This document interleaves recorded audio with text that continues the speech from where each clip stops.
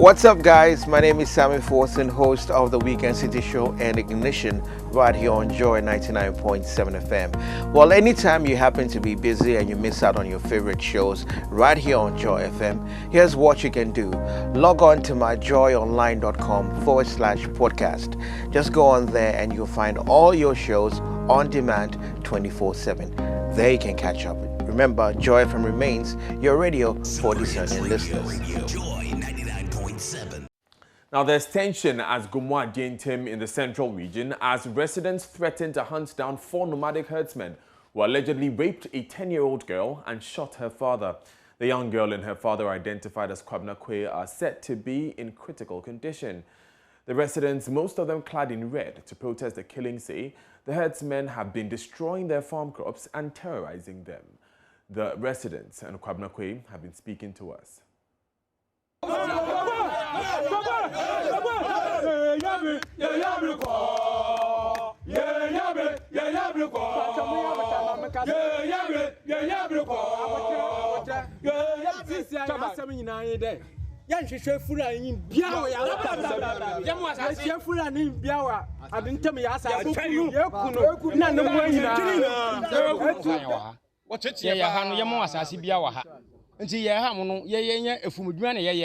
Bon say would be broken on the money we o ka papa na o cost trouble me me game abbo bi tie da nti me pese o mbo si asase bi o mba ye bo coin na nti asema me pese me kan ne mewie ase no hini biara nton asase ma obi so mfa na ntwimra so sisi afulani fo di na ntwi ya ha ye nua ba ko o mu di na ntwi kwose na de mo okokan a fulani fu na betete na adwofa abolutuo nti fulani biara o di na ntwi ba cross aba ye telitimu aso obedi didie nya yesu ewotu a ha biara no ye boku na atwene ya asam no nti ma fulani biara mfa na ntwi ma je fulani fu mo batan wodi na ntwi ba no nya na nya di ntemfu ye hin biara nje ai fulani ma fulani biara asase do mfa na ntwimra ha nti ofi ndakwe mo wada ba ye nua na ne ba ni nti ofi ndakwe se hu de me wura inside wo me kra me ba ne da wo me ko sensu ma gogura ma ba me kan mpo mi mpui onu ma na mu da wo bu epun na mu hu da pade ma ne ba ko okuto otu onu ma na me kan prun tum o kan prun tum na me ba no so do ko lock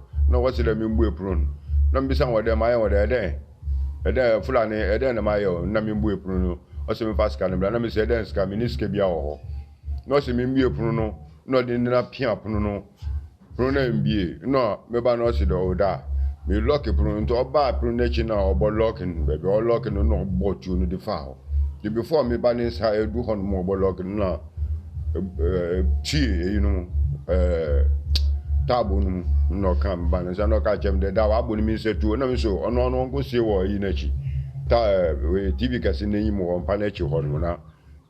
We had just finished dinner when the armed nomadic herdsmen stormed our home. They pushed the door open and demanded money, but I told them I didn't have any. I tried to ward them off. They fired their gun. I was wounded. They took my daughter while I was bleeding. When I tried to rescue my daughter, another started using a knife on me. Just about the same time, I heard a gunshot from afar. Then they fled. Everything blacked out from there. They later found my daughter also injured, but the bullets have been removed. What's mean that ho? Na me ka che na me na ho mi ye de na me ba no se de da ho no mbe on bubu tu no nku. Na me se mi tu mi da ho ye hwe. Mi de ma ye ho me da ho no. Onu ma na. You're live on Joy News today with me, Daniel Daze. Before, the man you just heard is the man, Kwabna Kwe, who was shot and when his home was attacked. His daughter has been killed. Now, earlier, you were hearing some demonstrating residents who were saying that no chief has given any land to any nomadic herdsmen, and so they are saying that they are ready to face any of these nomadic herdsmen who come onto their lands. Pardon me, I earlier made a mistake. I said that the daughter was killed. The daughter was rather raped. Pardon me for that. Let's stay on the story, though. Chief of Gomoa Dientem, Nana Isao Andon, has been speaking to Adum TV's Kofi Ejay. The current situation in my area. My town is Gomoa Adintem. I'm Nana Esare Ando, the first or the crew of Adintem. And the Fulani herdsman issue is more alarming. A day before yesterday night, I had a call from one of the tenants on my land confirming the presence of, he said, armed robbers. They came to attack a certain boy, namely Rasta, and his daughter. They shot him and the child. They took the daughter under 13 years. They lay her ambush and raped her. And in fact, they are now on admission at Gomoa Polyclinic. I will appeal to you as a pressman to go and visit them and see actually what has happened. So joining us via Zoom is our mining and central region, Richard Kojonyako. Richard, thanks for joining us. What more are we gathering, especially from police? Also, what I gather from the police is that they are on a hunt for these nomads, the nomadic herdsmen. They say that they will do everything to ensure that justice prevails in this matter. And so that is what the police are saying. A short while ago, we were at the Potson Polyclinic, and then the father and then the daughter who got raped or got defiled because she is under 13, under 16. And so they are traumatized. In fact, you heard the father speaking there, and the residents, they are really, really surprised why this thing should happen. And so they want something to be done urgently. Otherwise, they will just, have or take the law into their own hands and then go and then do something to the nomads. And so that is what they are calling the IGP and the police administration to intervene to ensure some swift action to ensure that justice is served. Now, how did this demonstration end eventually? Did the people present any sort of petition? Did they address any authority after they demonstrated? Well, so they did address. In fact, they did address. They went to the chief, and so they petitioned the chief to lead them to ensure that justice is served. And they said that they've not given any lands to these nomads to be staying with them. And so if they have even stayed or come to their land, they shouldn't be perpetrating these kind of crimes against the resident. And so they want the chief to lead them to the IGP and the police administration to ensure that justice is done. They said that they do not also want the nomads on their lands anymore because they have not given any lands to these nomads. Thanks very much, Richard Kojonyako, for joining us. Now, residents of the border town of Aflao in the Ketu South municipality of the Volta region are protesting what they say is the refusal of government to open land borders for over a year. President Akufo-Addo announced the closure of the country's land and sea borders in March last year in response to the COVID-19 pandemic in the country. Ketu South MP Jifa Gomashi is leading the protests themed Open Our Land Borders Now. According to her, marriages of her constituents are collapsing, with people committing suicides due to hardships associated with the closure.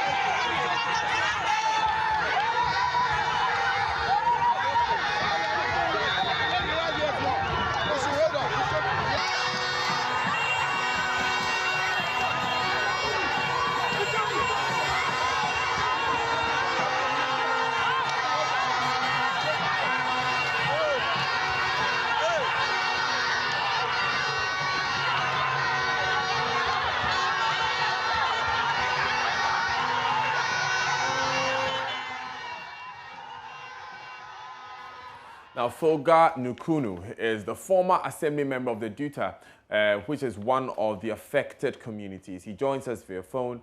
Mr. Nukunu, why did you choose to go on this demonstration? Please come again. Why did you decide to embark on this demonstration? Okay, we embarked on the demonstration because of the effect the closure of the border is having on we, the border residents. And I can give you some of the effects. Go ahead. The first one is the astronomical rise in the price of goods and services, especially the food products. You know, we share border with the national capital of Togo, Lomé. So most of our food items are bought in Togo. But with the closure of the border, it is very difficult to go and buy food items from Togo. Because of that, it is becoming very difficult for the people of Aflao to survive. Another reason is that because we are sharing border with the national capital of Togo, most of the artisans who cross the border to go and work, they no longer have work to do, and they have to starve. And if you come to the border, the clearing agents, the transport owners are all complaining. All the restaurants at the border side are closed because there are no customers who will come and patronize those places. So these are some of the challenges we are facing. We understand that there are a lot of challenges there, but if you compare that to the risk that we are posing in terms of the COVID-19 pandemic and, you know, how that could affect the very lives of these people, isn't it a risk worth, isn't it a sacrifice worth making? Oh, okay. Thank you very much. If you look at the airport, for example, a lot of people are traveling through the Kotoka International Airport to Ghana and outside Ghana. So we believe that we at the land borders will also be given that opportunity to cross for our commercial activities. And what is very annoying is that now going out and coming inside has been commercialized. So you see immigration officers at the border taking money from people who can pay. And most of us at the border communities, we cannot pay. If you look at where I come from, my house is just 120 meters from the main Ghana-Togo border. So most of our family members stay at the other side. Sometimes we have to go and eat at the other side and come back to Ghana to sleep. I believe a lot of people have been saying that people will think it's a joke. If you come to my place, you will see that there are people who cross the border to go and eat with their family members and come back to Ghana to sleep. And closing the border has impacted very negatively on us. So these are realities. They should just open the border and put in place mechanisms where people who are entering should wear the mask, they should wash their hands. We have recognized entry points, and I think if they do that, it can help us a lot. Thank you very much for joining us. Let's move to other stories. And she became bedridden after one of her legs got swollen, a situation her mother describes as bizarre. 18-year-old Jennifer Ohima Kranting, who has been stuck to her bed for the past 4 years, had to drop out of school as a result of the condition. In the following report, filed by Beryl and Estina Richter, Jennifer says her dream of becoming a nurse is gradually fading away. If I could bear the pain of my daughter, I'll gladly do that. A mother's pain watching her daughter go through excruciating pains. That's the story of Georgina Sewa, whose 18-year-old daughter Jennifer Ohima Kranting has been bedridden. Jennifer was not born with a disability. However, what started as a sharp pain in her leg in 2017 would later result in her being confined to a bed. I wanted to wake up, but I couldn't. I don't know what's happened again. Because the family is broke, they have not even visited the hospital to seek medical diagnosis or treatment. Jennifer's mother says her daughter's condition is deteriorating.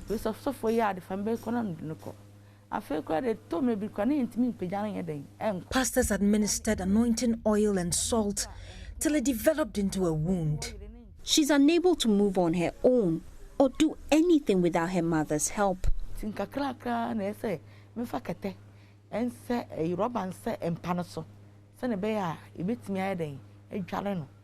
I cover the bed with a rubber when I have to bath her on the bed. When she has to ease herself, I wear her diapers. Whenever she's in great pains, I assure her that God is in control.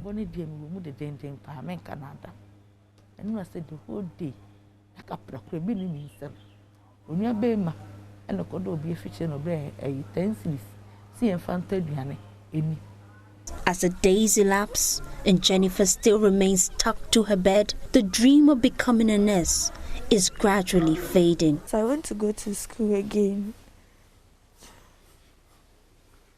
What do you think is preventing you? My leg. I cry because I can't walk. My dream was to be a nurse.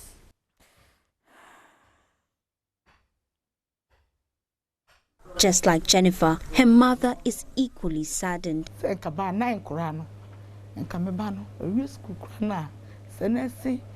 She has been struck with this condition now. In fact, anytime I see her peers in school uniform, it saddens me.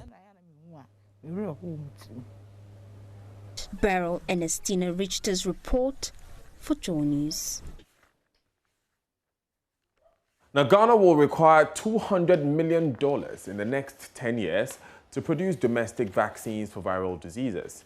For a start, the country has set a 2-year target set to set up a manufacturing plant for vaccine production. President Akufo-Addo a few months ago set up the National Vaccine Institute to develop the framework to guide the implementation of the plan. At a meeting to update on progress of work done, Chairman of the committee, Professor Kwabena Frimpong-Boateng, said there is support from the private sector for the project. Presidential correspondent Elton Brobe joins us on the line. Elton, walk us through this process. So, according to Professor Frimpong-Boateng, the 10-year plan is to end with Ghana capable of producing vaccines for itself and also supplied to the West African sub-region. So, and by the time we hit the 10-year mark, we have spent $200 million to have this industry in place. So their job is to put together a plan, and then in the coming days, the health minister will meet with cabinet, and then we'll take cabinet through the proposed plan. If it is approved, then you will meet with the subcommittee of parliament on health, and then finally we'll put a bill before parliament for parliament consideration and approval. The overall objective is to be self-sufficient in vaccine production, because according to them, the COVID-19 has exposed the weaknesses in our healthcare delivery system. And for that reason, this institute's work is to have this plan. Now, for the first 2 years, the plan is to have a reliable financial support. And then already they have the commitment and the support of 2 pharmaceutical companies in the country, Pharma and NSK. They've signed on to start with the process. So for the first 2 years, they will set out the manufacturing plant and also strengthen the capacity of our research institutions in the country, as well as the Food and Drugs Authority. Now, what came to light from the chairman of the government COVID-19 response team, Dr. Nesi Asamoah, is that the president or the government is in negotiation with some of the companies that have developed COVID-19 vaccines, especially Johnson & Johnson. The idea behind this negotiation is to ensure that Ghana is able to copy the rights or the patent rights or the intellectual property of Johnson & Johnson to replicate the manufacturing of the COVID-19 vaccine locally here in Ghana. And with Johnson & Johnson, the talk has advanced, and the hope is that by the close of this year, they will have the green light for NS Chemists as well as Kena Pharma to start the production of locally COVID-19 vaccines using the Johnson & Johnson method. You can say assembly, if you like. And so this is the process. And the idea is that they are looking beyond COVID-19 because every day there's new virus coming up, and we need to be in a position to be ahead of the virus. And the establishment of a plant and the institute will help facilitate this process. Elton, the committee is also concerned about political interference. How are they hoping to address this? So the question was how they are doing to get all political actors on board so it doesn't become an MPP, NDC thing. That is, in an event where a party is not in power, then the establishment suffers. And according to the Professor Fimpo, the health minister will have the opportunity to speak to Parliament and get Parliament input, and then finally establish the institute with all the legal backings that he hopes to get. He is of the view that he doesn't expect any political backlash from this. Indeed, it is something that all the political actors must buy into it, because the overall objective is to be able to be prepared to produce the vaccines needed to deal with any virus that may break out in the country. And then secondly, to export to other countries. Because according to him, 99% of all vaccines are imported into the country.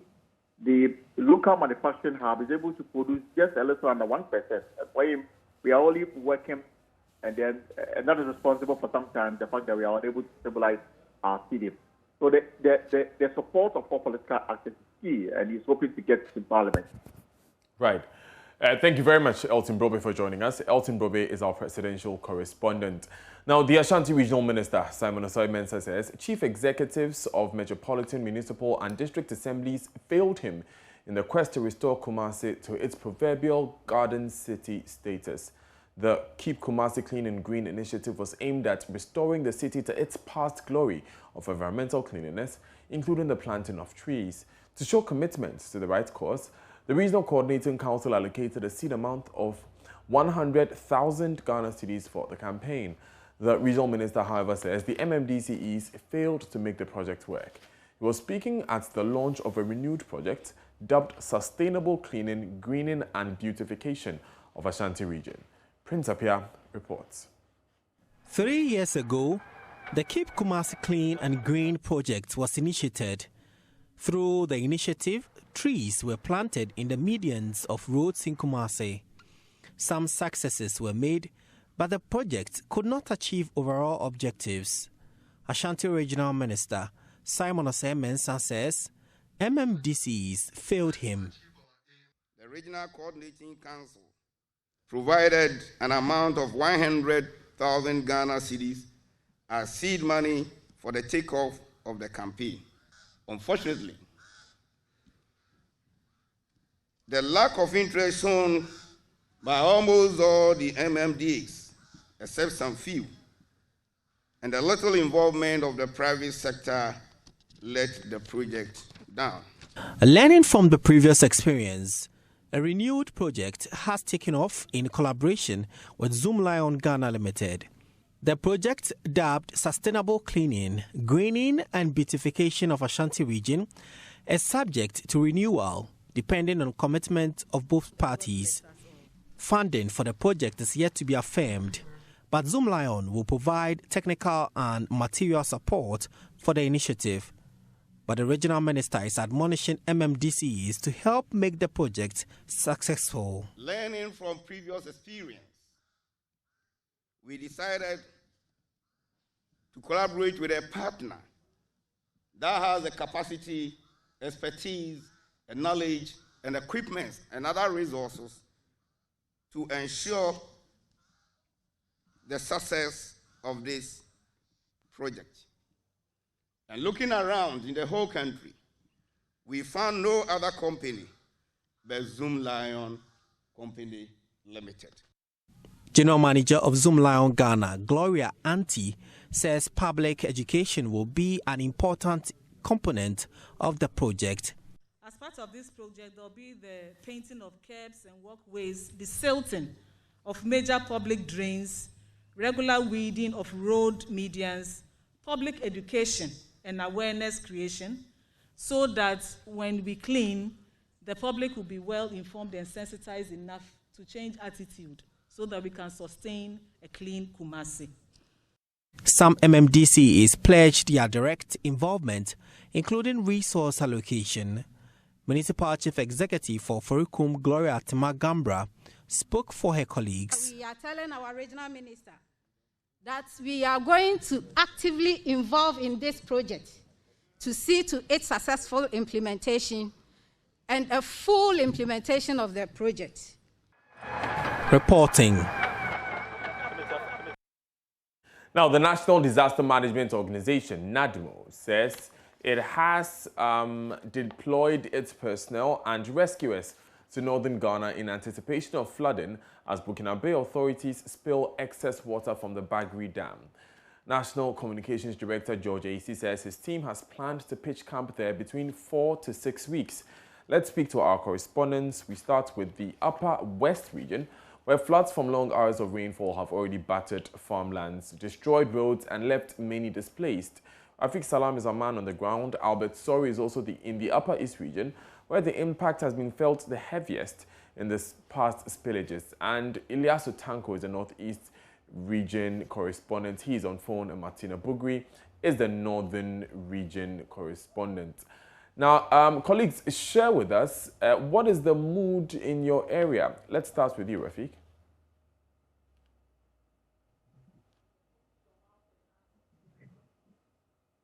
The mood, because the people are yet to recover from those violent floods that occurred in the region.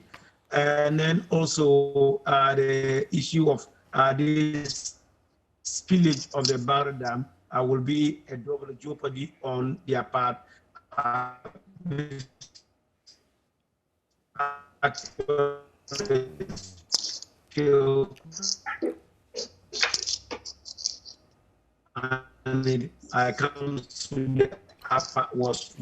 It seems, Rafik, we are having a slight challenge with your connection.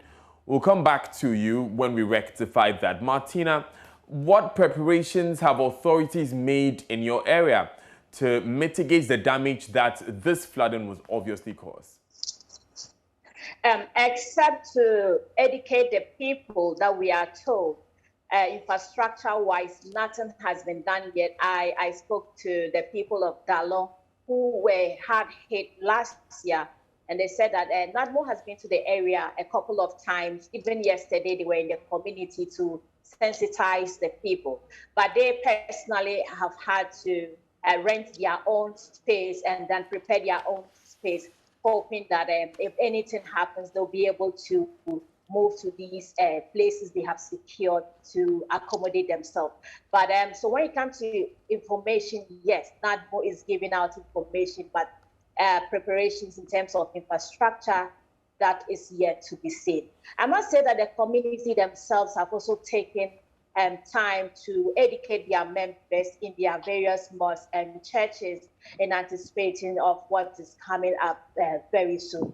We are also told that the Ghana Water Company has issued a statement announcing to people in the area to begin to store water because there's a possibility that they will be shutting down the intake plants at Nawili, because the water level currently as we speak is 31.50.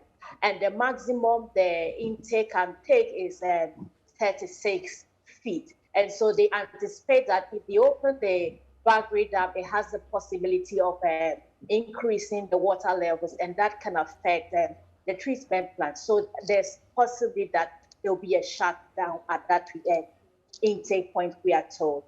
That seems very serious, Martina. Let me go to you, Albert. Now, we've been reporting all week that people have begun leaving these flood-prone areas, especially in Polugu. Tell me, what's the latest in terms of evacuations? Right, Daniel. So one of the things NADMO has told us this morning is that information from the Burkinabe authority, as at about an hour ago, was that they had not yet started spilling the dam. This is because it hasn't gotten to the capacity where they will start spilling. At that time, the level of the water was at 232 feet, and they will start spilling at 234.7 upwards. And so the spilling will start when it gets there. And that is why they announced that between today and the 30th, at any moment, they can spill it. So what NADMO is doing at the moment is to get ready for what could happen. This morning, Jerry Asamani, the Upper East Regional NADMO coordinator, told us that they have started patrolling the low-lying areas where people have their farms. So in Kwarugu, in Balungu, in parts of the Boko West District as well, what they are doing is to have their patrol teams there to ensure that people who are going to the farm today are prevented from doing so. They are also hopeful that their education has gone down well with the people, and nobody in these communities will be attempting to cross the rivers and the tributaries of the White Volta, because normally when people, when people drown because of these floods, it is because they refuse the warnings and try to cross because they want to get to some part of the community as well. So today they are patrolling and they are making sure that people are staying away from the farms, people are not crossing the rivers. One of the things they are also doing is that they've written to the regional director of the Ghana Education Service to allow them to use some of the schools in these communities, especially the areas that are normally worst affected, so that in case people are displaced, they can accommodate them in these classrooms of the schools until they are able to go back to their various homes. Now, speaking of classrooms, Ilyasu Tanko, you are joining us from the Northeast region, and I remember those vivid reports you brought us from classrooms near Wali Wali where people had to move to. What are these people saying as the Bagre Dam spillage is expected sometime this weekend? Daniel, before I go to that, what is currently happening is that the National Disaster Management Organization is investigating the death of 5 persons yesterday after torrential rains in parts of the Northeast region. 2 persons died in the Bunkurgu Nakanduri district at a community called Najo Number 1. An elderly woman and her grandchildren, they were attempting to cross the river in that particular community after the downpour yesterday. And unfortunately, they drowned in that particular river.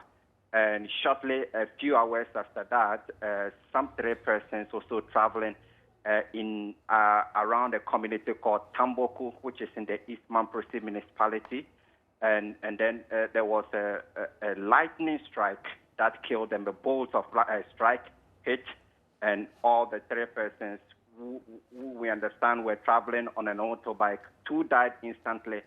And from information that we just gathered from NADMO is that 1 person, the other person has passed on this morning. And so 5 persons died yesterday in the Northeast region as a result of the downpour. Going to, in respect of the Pualogu spillage, the Bagre Dam spillage, what is currently happening is that I'm just coming from Kurugu, which is one of the hardest hit, or one of the communities that are normally hit hard by this particular spillage, and most of the communities in that area are virtually empty because the residents there are rushing to salvage their produce. And so when you go to these communities, Kurgu, Suhulia, Parpiri, virtually an empty community, all the community members are thrown to their farms trying to salvage their produce. And already I can tell you that some hundreds of acres are already in floodwaters as a result of the torrential rains that have been pounding the region for some weeks now. And so it's really a difficult situation. People are using old canoes, like I said yesterday. It's happening in parts of the region. People are desperately trying to get to their maize fields, rice fields, and groundnut fields as well to get them out before the spillage comes. So, I mean, people are very desperate in all across the Northeast region as a result of these particular impeding incidents. Thank you, Ilya. So let me go back to Rafik speaking from WA to try and get that update that we were struggling to hear earlier. Rafik, you have the floor now. How are we preparing? What are the people saying?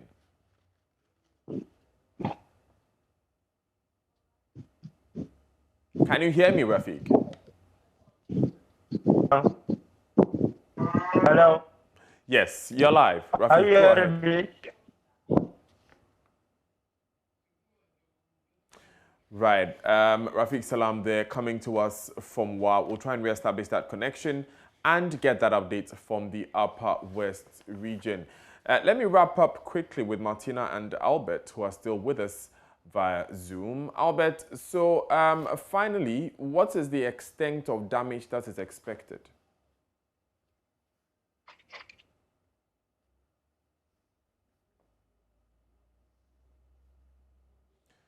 Right, can you hear me, Albert? I was saying that the extent of the damage will depend on the rains we are going to have in the Upper East region as well.